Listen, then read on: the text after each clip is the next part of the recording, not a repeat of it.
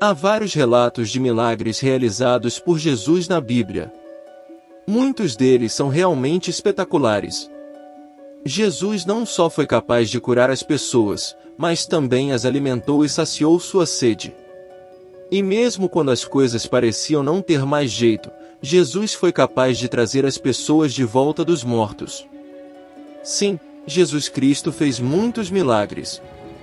Neste vídeo você vai conhecer cada milagre realizado pelo Filho de Deus relatado na Bíblia.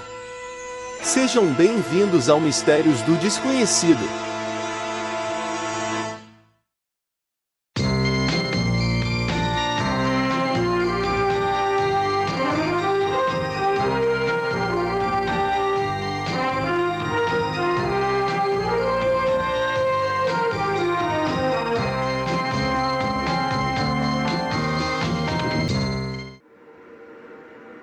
Transformando água em vinho.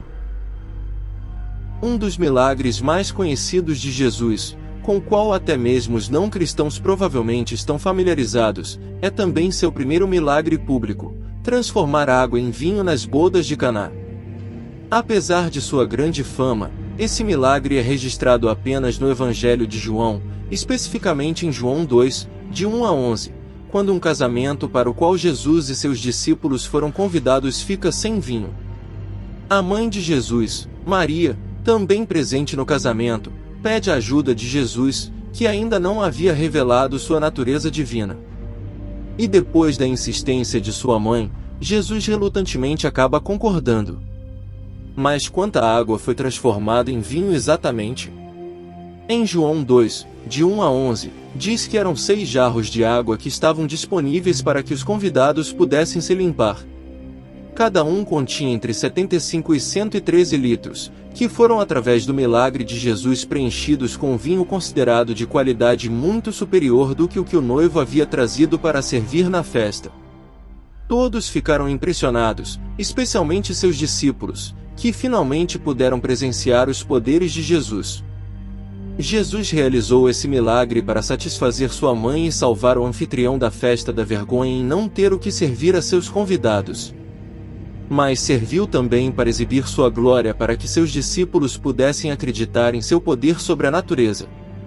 Os milagres de Jesus nunca foram feitos para chamar apenas atenção. Eles sempre revelavam uma verdade maior. Curando doentes. A maioria dos milagres de Jesus tem a ver com a cura de enfermos, como demonstração de sua grande compaixão pelo sofrimento humano. Alguns desses milagres provam sua autoridade divina, mas alguns foram feitos simplesmente por misericórdia daqueles que sofriam.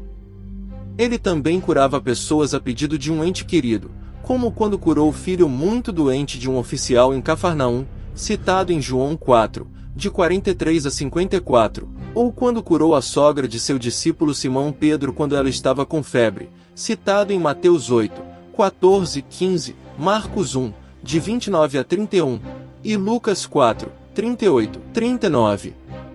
Mas os evangelhos também o mostram curando grandes multidões de pessoas que vinham a ele em busca de alívio para seus sofrimentos, como citado em Mateus 8, 16 e 17, Marcos 1, de 32 a 34, e Lucas 4, 40 a 41. Tão grande era seu poder de cura que até mesmo aqueles que tocavam em seu manto eram curados, como citado em Mateus 14, de 34 a 36, e Marcos 6, de 53 a 56. Uma doença que Jesus cura mais de uma vez na Bíblia é a hanseníase, também chamada de lepra. Essa condição não só era muito comum naquela época, como também representava aqueles que foram excluídos da sociedade, por ser altamente contagiosa. A disposição de Jesus em ajudar os leprosos mostra a profundidade de sua compaixão. Ele curou um homem que se aproximou dele, como citado em Mateus 8, de 1 a 4, Marcos 1, de 40 a 45, e Lucas 5, de 12 a 14, e até 10 de uma só vez, mostrado em Lucas 17, de 11 a 19. Expulsando espíritos malignos. Intimamente associado aos milagres de cura de Jesus está a expulsão de espíritos malignos.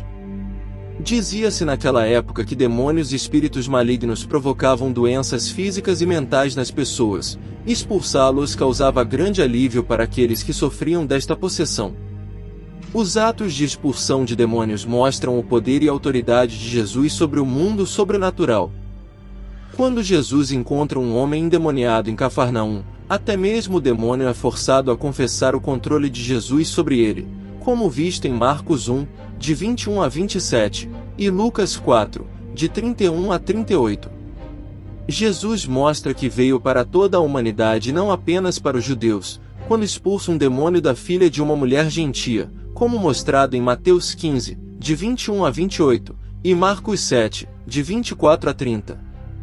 Certa vez, quando expulsa um espírito obsessor que fez com que um homem ficasse cego e incapaz de falar, Jesus foi acusado por fariseus, que disseram que somente quem está ao lado do Belzebu é que tem poderes de controlar os demônios.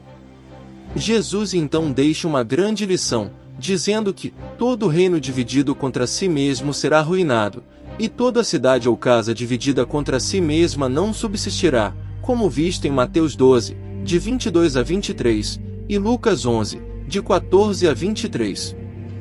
Jesus deixou claro a seus discípulos que mesmo a menor quantidade de fé lhes daria poder sobre os demônios, passagem citada em Mateus 17, de 14 a 20, Marcos 9, de 14 a 29, e Lucas 9, de 37 a 43. Provavelmente, o relato mais famoso de Jesus expulsando espíritos malignos é quando ele encontra um homem possuído por tantos demônios que eles se autodenominavam legião. Os demônios pedem a Jesus que os mande para dentro dos porcos em vez de serem atormentados pelo poder celestial. Quando Jesus faz o que os demônios pediram, os animais correm para o mar e se afogam. Isso foi contado em Mateus 8, de 28 a 33, Marcos 5, de 1 a 20, e Lucas 8, de 26 a 39. Fazendo os paralíticos voltarem a andar. Enquanto os evangelhos relatam que Jesus curou um grande número de doenças durante seu ministério, duas das mais comumente citadas são permitir que o paralítico andasse e o cego enxergasse. No caso do primeiro, há definitivamente múltiplas ocorrências desse milagre específico registrado nos evangelhos. A primeira dessas curas ocorre quando um centurião romano se aproxima de Jesus e pede que ele cure seu servo, que está paralítico na cama em casa, como citado em Mateus 8, de 5 a 13, e Lucas 7, de 1 a 10. Esse encontro é notável por mostrar que Jesus veio para curar tanto os gentios quanto os judeus, além de mostrar seu poder de curar pessoas à distância.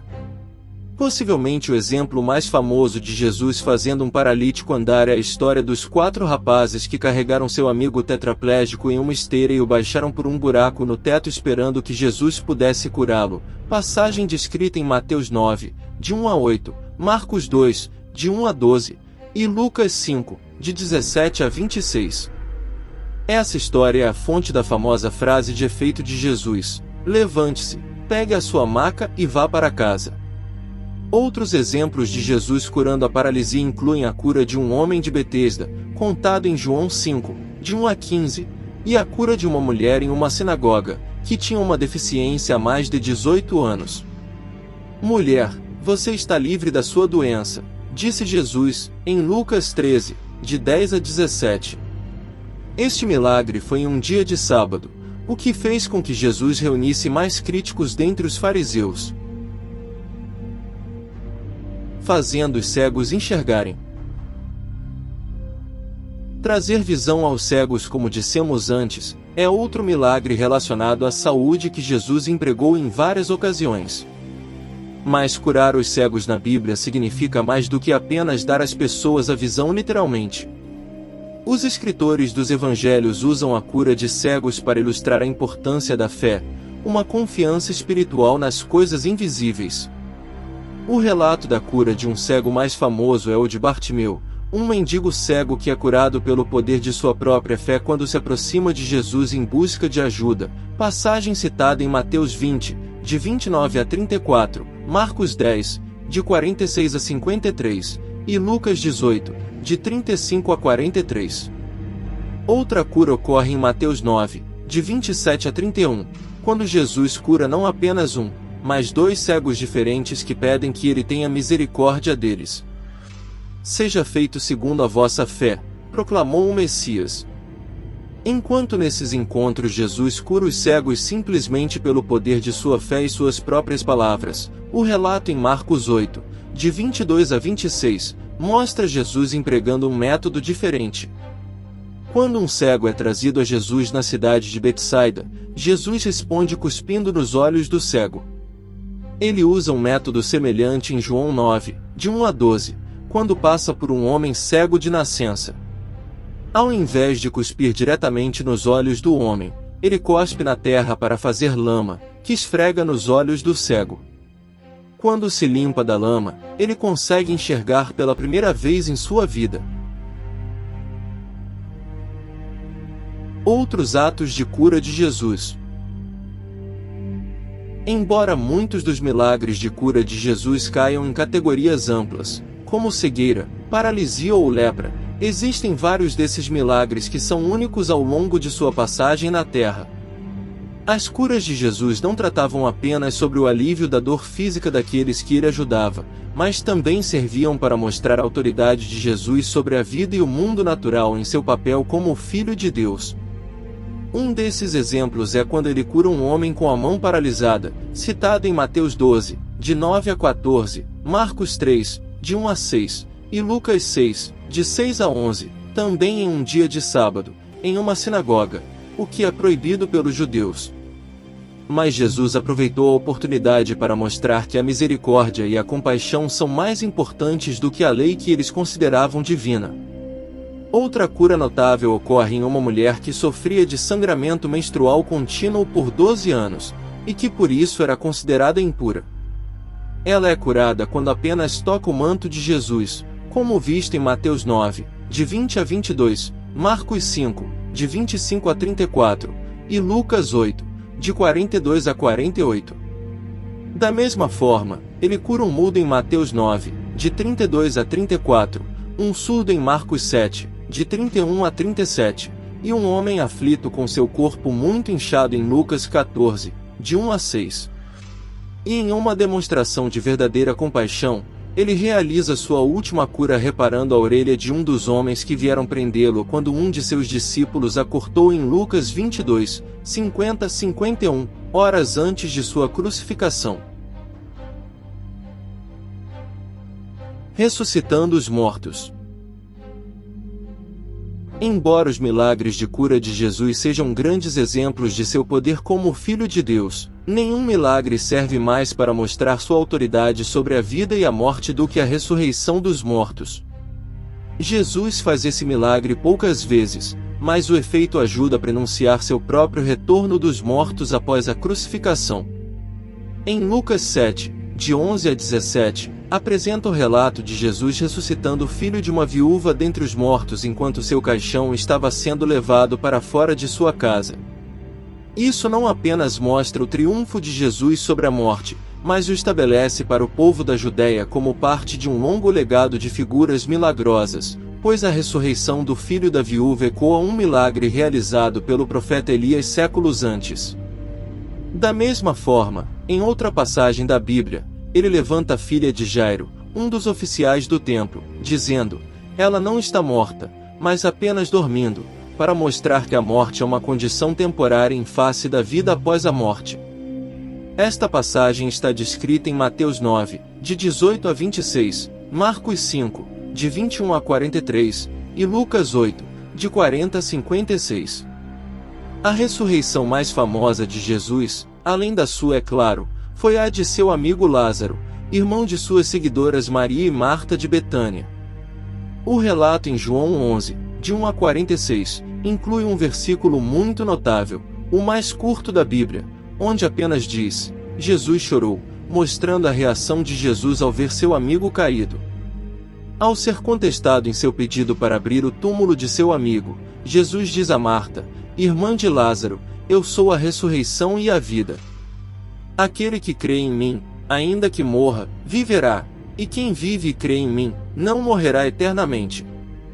Jesus traz Lázaro de volta à vida depois dele estar morto por 4 dias. Multiplicando os peixes. Não foi apenas curando os doentes que Jesus mostrou poder com seus milagres. Como muitos dos seguidores de Jesus eram pescadores, não é de se surpreender que várias de suas demonstrações de poder sobre a natureza envolvessem as águas do mar da Galileia. O relato em Lucas 5, de 1 a 11, mostra Jesus recrutando seus primeiros discípulos, Simão Pedro, Tiago e João, os filhos de Zebedeu. Quando disse a eles que lançassem suas redes na água após um longo e infrutífero dia de pesca, os 3, céticos, fazem o que ele diz com má vontade, e acabam surpreendidos ao pegar tantos peixes que 2 barcos dificilmente poderiam segurá-los sem tombar. É neste momento que Jesus diz para segui-lo e tornar-se não pescadores de peixes, mas pescadores de homens, uma linda passagem do Evangelho de Jesus. O Evangelho de João também registra uma pesca milagrosa, mas enquanto a versão em Lucas acontece bem no início do ministério de Jesus, a de João 21, de 4 a 11, acontece bem no final, após a ressurreição de Jesus, antes de sua ascensão aos céus. Nesse caso, ele ajuda os discípulos a pegar uma grande quantidade de peixes para provar de que era ele mesmo quem estava ali. Dinheiro na boca de um peixe. Embora muitos dos milagres de Jesus sejam extremamente conhecidos a ponto de se tornarem expressões proverbiais, aqui está um milagre do qual você talvez não tenha ouvido falar. Em Mateus 17, de 24 a 27, Jesus e seus discípulos estão na cidade de Cafarnaum quando são abordados por cobradores de impostos, pedindo o dobro do imposto que era pago pelos judeus para a manutenção do templo, um valor equivalente a 2 ovelhas. Jesus diz que, como filhos de Deus, eles deveriam ser isentos do imposto, mas para não causar problemas eles pagariam.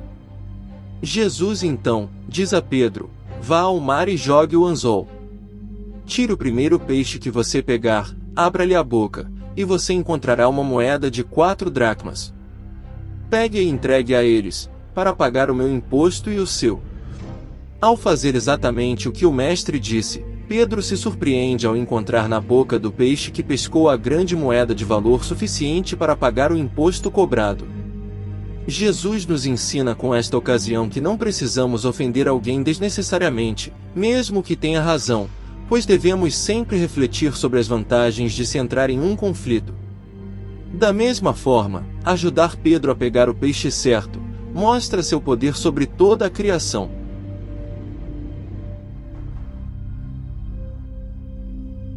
Acalmando a tempestade. Outra demonstração do poder de Jesus sobre os elementos da natureza ocorre quando ele e seus discípulos estão em um barco que é atingido por uma violenta tempestade, uma passagem mostrada em Mateus 8, de 23 a 27, Marcos 4, de 35 a 41, e Lucas 8, de 22 a 25. Enquanto os discípulos estão com medo de que a tempestade afunde o navio, Jesus está dormindo pacificamente abaixo do convés. Quando os discípulos assustados o acordam, apavorados por suas vidas, Jesus diz a eles para não se preocuparem e acalma a tempestade. Isso faz com que seus seguidores se maravilhem com o fato de que até os ventos e o mar lhe obedecem.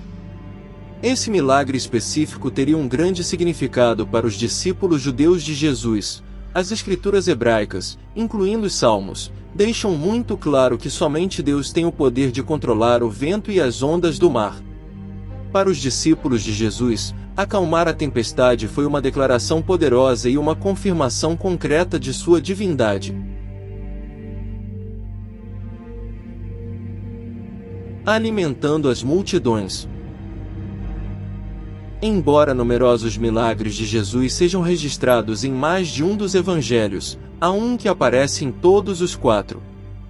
Esse milagre é a famosa alimentação de milhares de pessoas, relatada em Mateus 14, de 13 a 21, Marcos 6, de 30 a 44, Lucas 9, de 10 a 17, e João 6, de 1 a 15, no famoso Sermão da Montanha. Nos vários relatos desse milagre, Jesus reuniu uma enorme multidão que passou a acompanhá-lo para aprender mais sobre seus ensinamentos. Quando Jesus diz a seus discípulos para alimentar as pessoas que se reuniram, eles respondem que a única comida que tem é 5 pães e 2 peixes. Jesus abençoa esta pequena oferta, e quando é distribuída, chega para 5.000 homens, mais mulheres e crianças, e ainda sobra 12 cestos. No dia seguinte, quando essa multidão de seguidores pede que ele as alimente novamente, a resposta severa de Jesus mostra que seus milagres são projetados para atender às necessidades espirituais das pessoas, e não as físicas, e que estavam ignorando o significado do milagre, na busca de obter facilmente uma refeição gratuita. Embora a maioria das pessoas esteja bastante familiarizada com o relato da alimentação dos 5.000, pouca gente se lembra que Jesus fez basicamente o mesmo milagre novamente com uma multidão de 4.000 pessoas e uma quantidade ligeiramente diferente de pão e peixe, de acordo com Mateus 15, de 32 a 39, e Marcos 8, de 1 a 13. Andando sobre as águas. Em 3 dos 4 evangelhos, é relatado um dos milagres mais famosos de Jesus, andar sobre as águas.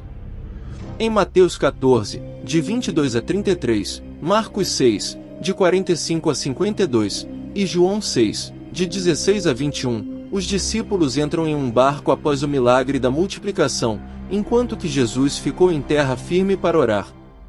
De repente, os discípulos veem uma figura se aproximando do barco, caminhando sobre as ondas, e pensam que se tratava de um fantasma, e se apavoram.